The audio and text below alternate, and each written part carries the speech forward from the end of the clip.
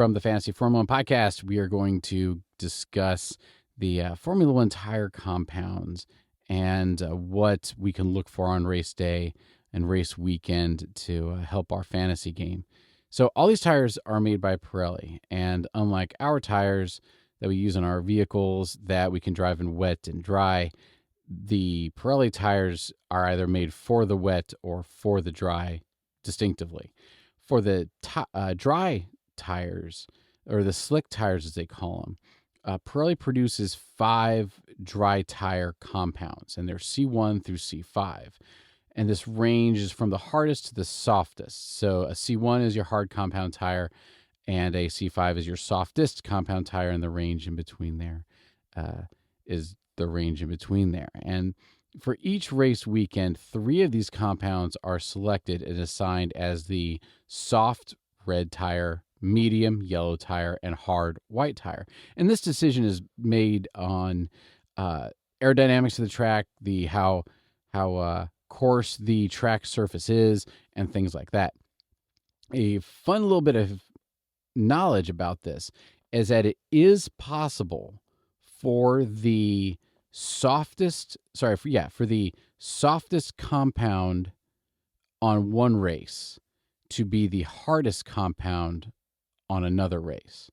So if you're going to race at track number 1 and the track is very abrasive, they might have C1, C2, C3 be the 3 compounds. So C1 being the quote-unquote hard compound tire, and C3 being the quote-unquote soft compound tire. But then the very next race, if the track is not very abrasive and they decide, they could have C3 be the quote-unquote hard compound tire, and then C5 be the soft compound tire. And each one of these tires, I'll get on all that. I'm getting ahead of myself. Okay, so that's a cool, fun thing, is that it varies week to week as to which is the hard, which is the medium, which is the soft. Each of these compounds, I'm back to my notes now, each of the compounds has a unique characteristic in terms of grip, durability, and operating temperature. The C1 is the hardest and is the most durable, but offers the least grip. It's best suited for high degradation circuits and with longer, faster corners like Silverstone, and it takes longer to warm up, but it resists overheating the most.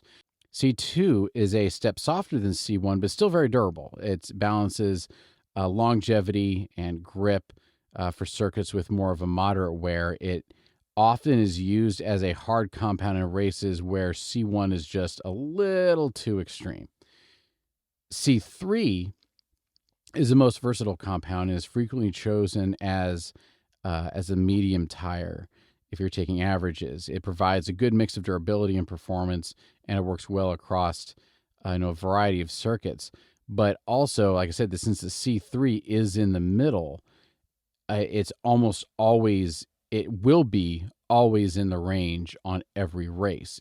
Like I said earlier, if it's a really abrasive, then it'll be the softest tire. If it's a really non-abrasive track, it'll be the hardest tire. And if it's in the middle, then it'll be somewhere in the middle.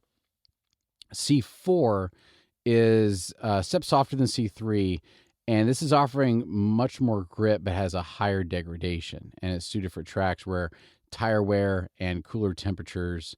So then finally we get to C5, which is the grippiest but least durable. It provides the maximum performance over short distances, perfect for things like qualifying, but as soon as you go put more than too many laps on it, it will start to, especially at those high speeds and those high temperatures, it'll start to deteriorate rapidly.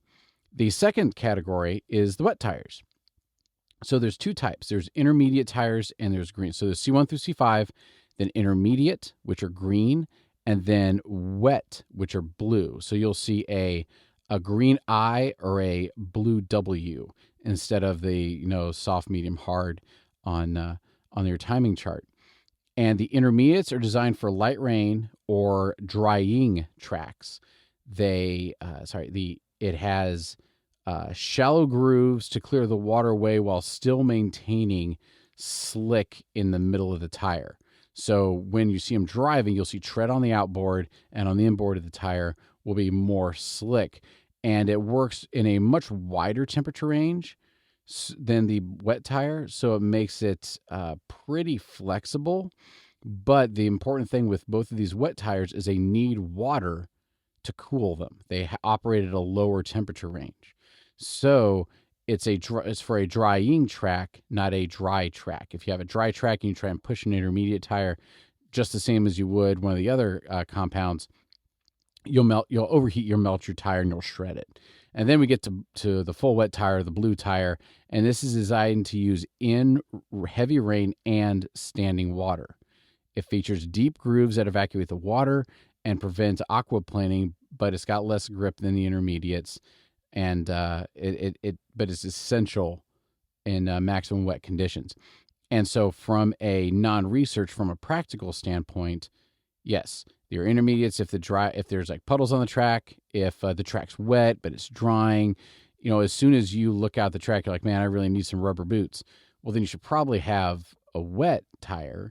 If it's rain still coming down and it's going to continue raining and the water's not going to get evacuated, then you can look for them to have a wet tire. Because, man, as soon as that sun comes out, if you have a couple more laps on a wet tire and the track is no kidding dry, you watch it, it'll happen at some point that the tires just degrade and they lose their time. They get all slippery. The car starts sliding everywhere. It is absolutely insane. So to get in the head of the strategist a little bit, they always have to balance the grip versus durability. Softer tires provide more grip, but they degrade faster, while the harder tires last longer, but you can't get to your peak performance. The operating temperatures. The harder the compounds need more heat to work effectively, while the softer compounds warm up quickly to get into their range, but they degrade faster. For track characteristics, high-speed tracks often require the harder compounds, while the street circuits like Monaco will tend to favor the softer compounds because it's a road and it's winding and they don't build up that much speed. And then the pit stop strategy. The teams aim to minimize pit stops while maintaining performance. So if the pit stops didn't count and you could just magically change your tires, well, then everybody would always have the softest compound on because they could just magically change your tires and always have the soft compound. But with how much time you lose in a pit stop, usually around 20 seconds, you want to minimize those. And so you have to balance degradation with heat. Well, that is the quick explanation of the tires used in Formula One. Be sure to check out all of our other content and get caught up on all things fantasy Formula One before the teams lock. Cheers.